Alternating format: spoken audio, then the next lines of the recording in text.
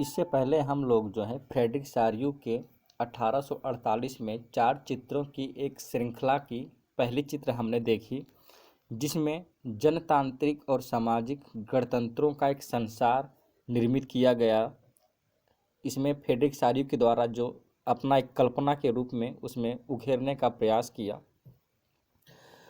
इसमें हमने पढ़ा कि किस तरीके से सभी देशों के नागरिक अपने अपने देशों का ध्वज लेकर के स्वतंत्रता की मांग को प्राप्त करने के लिए एक पंक्ति बनाए आगे की ओर बढ़ते चले जा रहे हैं। कहा जाता है कि सबसे पहले इसमें जो नेतृत्व करता है वह अमेरिका और स्विट्जरलैंड है, जो उस समय तक स्वतंत्रता को प्राप्त कर चुके थे, ऐसा माना जाता है फ्रेडरिक सारियू के द्वारा। और कहा जाता है कि उस समय उसी के पीछे पीछे उसी को अमेरिका और स्विट्जरलैंड को अपना एक आधार मान करके फ्रांस के लोग भी, उसके पीछे जर्मनी के लोग, ऑस्ट्रिया, हंगरी, सिसिलिया आदि देशों के लोग जो हैं अपने देश में एक राष्ट्र राज्य निर्माण के रूप में आगे की ओर बढ़ते चले जा रहे हैं, अर्थात स्वतंत्रता को प्राप्त करने के लिए ये आगे की ओर बढ़ रहे हैं। इस चित्र में यही दिखाया गया है। इसमें देखिए और क्या बताया गया है कि इस अभी इसमें बताया है कि जो फ्रांस है अभी अभी पहुंचा है, अर्थात फ्रांस जो है, इससे पहले आप लोग देखें, और इसके पीछे जर्मनी है, अर्थात अभी स्वतंत्रता का जो इन्होंने कल्पना किया है अभी वह स्वतंत्रता फ्रांस को नहीं मिल पाया है, लेकिन हाँ वह स्वतंत्रता के दहलीज पर खड़ा है। उन्होंने चित्र के माध्यम से बता रहे हैं कि ऐसा हो सकता है आने वाले भविष्य में। उस समय उसके पीछे इसमें दिखाया गया जर्मनी के लोग हैं। जर्मनी के लोग जो हैं काला झंडा लिए, जो काला, लाल और सुनहरा झंडा थामे हैं। और कहा जाता है कि यह दिलचस्प है कि जिस समय सारियू ने छवि निर्मित की, जर्मन लोग जो थे उस समय तक, अर्थात जो जर्मन लोग थे उस समय तक ये संयुक्त राष्ट्र संघ का हिस्सा नहीं थे। कहा जाता है कि 1848 की उदारवादी उम्मीदों की अभिव्यक्ति है, जिनमें अनेक जर्मन भाषी रियासतों को एक प्रजातांत्रिक, देखिए इसमें एक प्रजातांत्रिक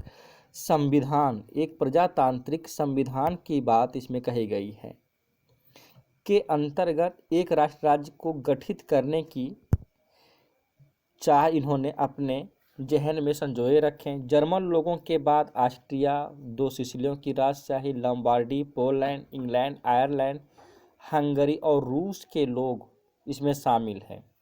इसी चित्र में ऊपर स्वर्ग से ईसा मसीह व संत व फरिश्ते इसमें दर्शाए गए हैं।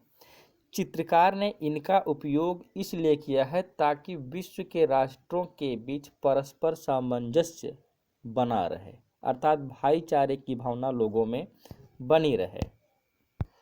अब इसी में हम आगे देखते हैं कि एक व्यक्ति विशेष थे, अर्नेस्ट रेनन।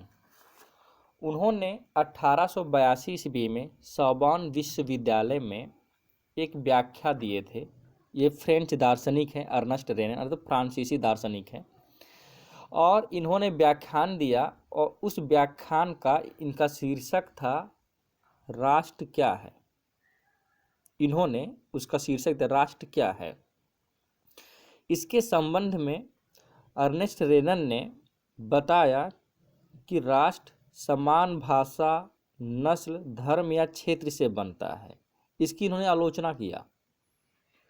इन्होंने कहा कि एक राष्ट्र जो होता है कि वह लंबे प्रयासों, त्याग, निष्ठा और चरम बिंदु के आधार पर होता है।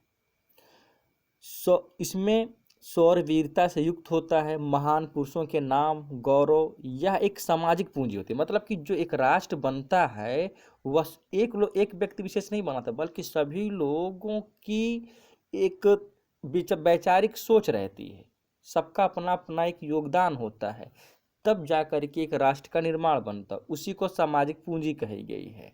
और यह सामाजिक पूंजी जिस पर एक राष्ट्रीय विचार आधारित किया जाता है।